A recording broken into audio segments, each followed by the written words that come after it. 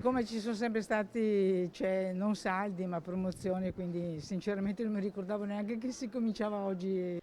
Saldi partiti in sordina quest'anno, complice la pandemia, il clima di incertezza generale, le restrizioni, l'atteso ingresso in zona gialla. Oggi la data ufficiale, nonostante le vendite promozionali siano già iniziate dai primi del mese, vendite volte ad incentivare gli acquisti e tirare la volata ai saldi veri e propri che porteranno ad una riduzione del prezzo dal 50%. In particolar modo la moglie, senz'altro.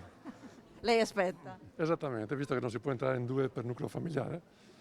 Anche delle belle giornate, sì. Più che altro per fare una passeggiata, ma le signore stanno scatenando, quindi sì.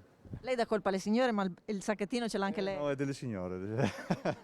La formula degli sconti anticipati è stata applicata e campeggia in molte vetrine dei negozi del centro che, stando agli scenari legati all'emergenza sanitaria, fanno i conti con il cauto approccio agli acquisti. Questo periodo, prima degli sconti, è stata una sorta di promozione per i clienti, è andata leggermente tranquilla. L'idea che mi sono fatto io, e anche parlando con gli amici e colleghi, diciamo che le persone sono un po' abituate a stare a casa, c'è tanta incertezza, siamo fiduciosi, noi ce la metteremo tutta come da buoni veneti.